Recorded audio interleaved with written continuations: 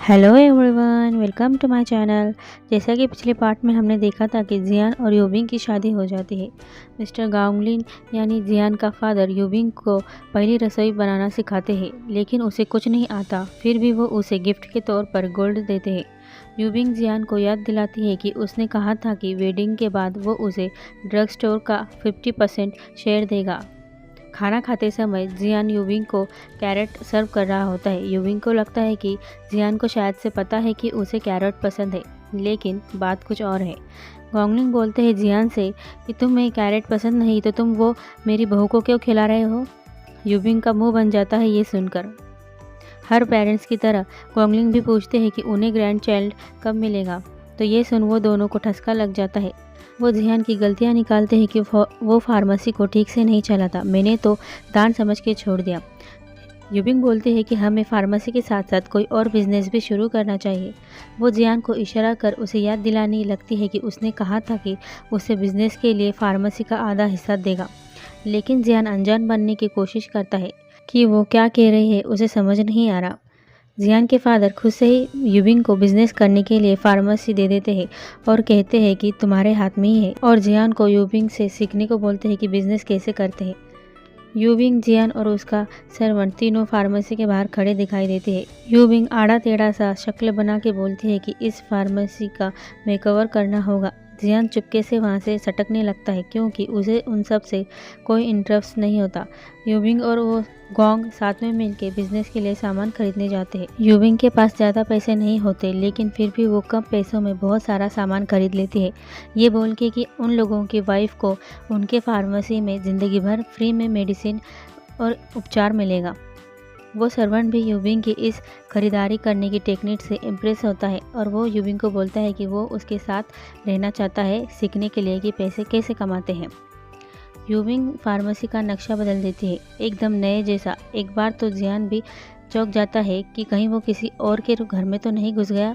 यूबिंग ने उसका snack bar बाहर सामने बनाया होता है और जियान का फ्री क्लिनिक अंदर के रूम में बनाया।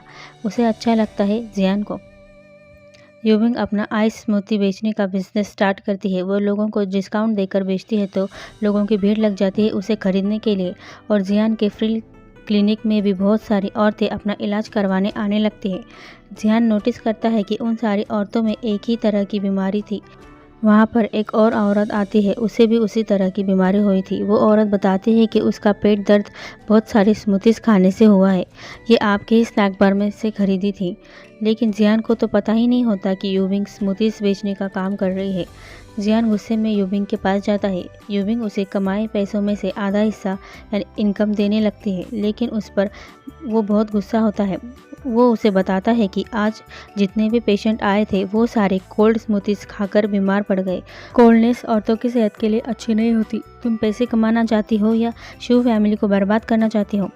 यूबिंग उसे समझाने की कोशिश करती है कि उसका ऐसा कोई इंटेंशन नहीं था, उसमें उसने ब्राउन शुगर मिलाया था, वो औरतों की सेहत के लिए अच्छा होता है। यूबिंग उसे समझाने की कोशिश करती है, लेकिन वो उसकी नहीं सुनता।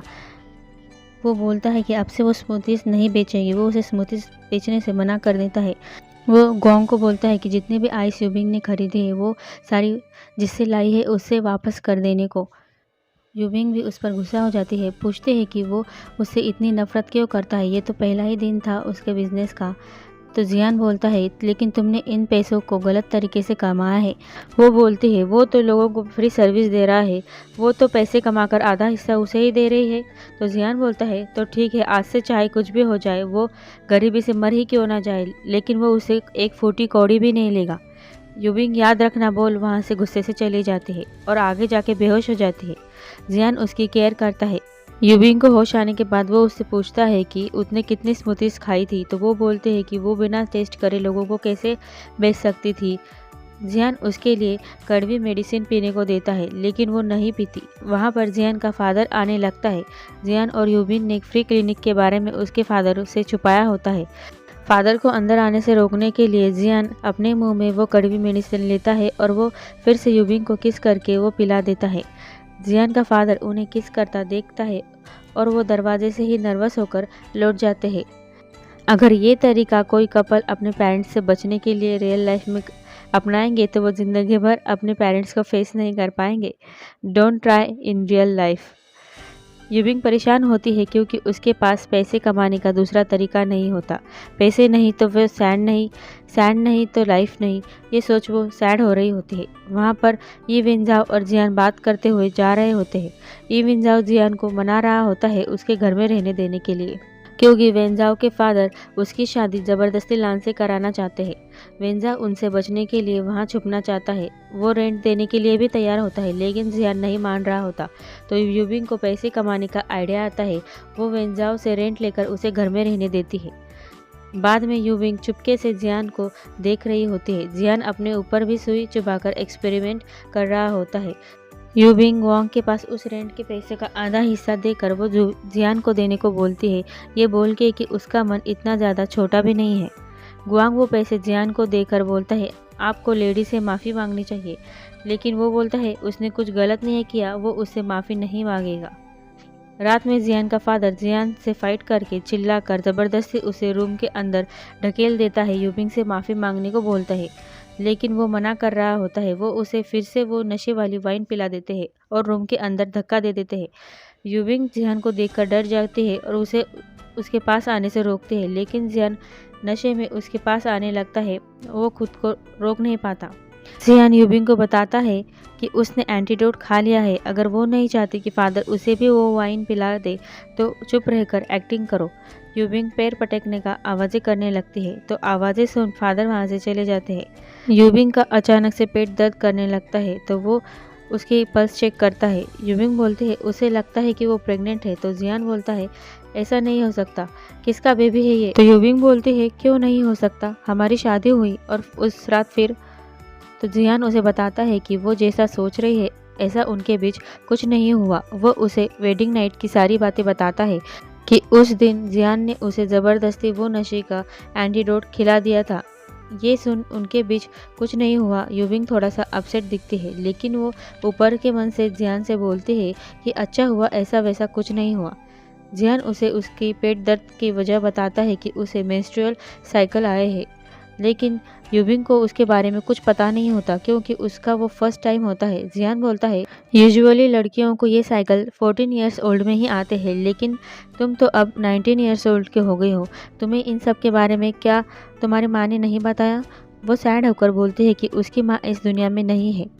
जियान उसके लिए खाना बनाता है। उसका फादर भी इतने रात गए फेस पर मास्क लगाए घूम रहे होते हैं। वो जियान को बोलते हैं कि वाइफ की केयर करना तुम सीख गए हो, लेकिन मेरे पोता पोती आने की कोई संभावना नहीं दिखती।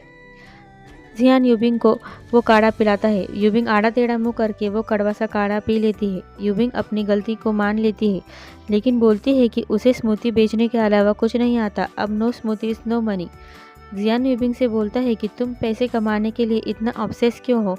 भले ही शियाज यानी तुम्हारी फैमिली के बीच के रिलेशन कॉम्प्लिकेटेड हो, लेकिन जहाँ तक मैं जानता हूँ उन्होंने तुम्हारे बेसिक नीड्स का हमेशा ख्याल रखा है। फिर तुम ऐसे क्यों? यूबिंग उसे सच्चाई नहीं बता सकती थी कि वो पैसे कमाकर अपना किस्मत खरीद रही है। वो उसे दूसरा बहाना बनाती है कि उसने अपनी फैमिली से रिश्ता तोड़कर उससे शादी की, लेकिन ये शादी सिर्फ कॉन्ट्रैक्ट मैरिज है, उनका रिलेशनशिप नाम का है। वो उस पर हमेशा डिपेंड नहीं रह सकती। वो उसके फ्यूचर के लिए ये कमाकर रख रही है। तो जियान भी इस बात को मानता है। नेक्स्ट डे मॉर्निंग में यूबिंग देखती है कि जियान ने उसके लिए एक नोट और उसके साथ में उसके हाथ से बनी हेयरपिन रखी है और उसके साथ में कड़वा काढ़ा भी। नेक्स्ट सीन में हम देखते हैं कि लाओजिंग तलवारबाजी की प्रैक्टिस कर रही होती है। उसके पास यूबिंग एप्पल लेकर आती है। वो उसे बोलने लगती है कि उसने देखा कि फूड फेस्टिवल में वो कितने अच्छे से बिजनेस कर रही थी। वो चाहती है कि वो दोनों मिलकर बटर बिस्किट बेचने का बिजनेस करे। वो साथ में बहुत अच्छा काम करेगी।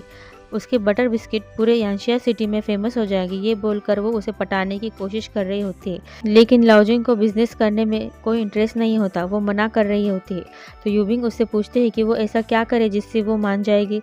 तो हम देखते हैं कि यूबिंग के सर पर एक सेब और दोनों हाथों में 2 सेब होते हैं और लाओजिंग उस पर निशाना लगा रही होती है। यूबिंग तो डर से काँप रही होती है कि अगर निशाना चूका तो वो मर जाएगी, इसलिए वो वहाँ से रफू चक्कर हो जाती है।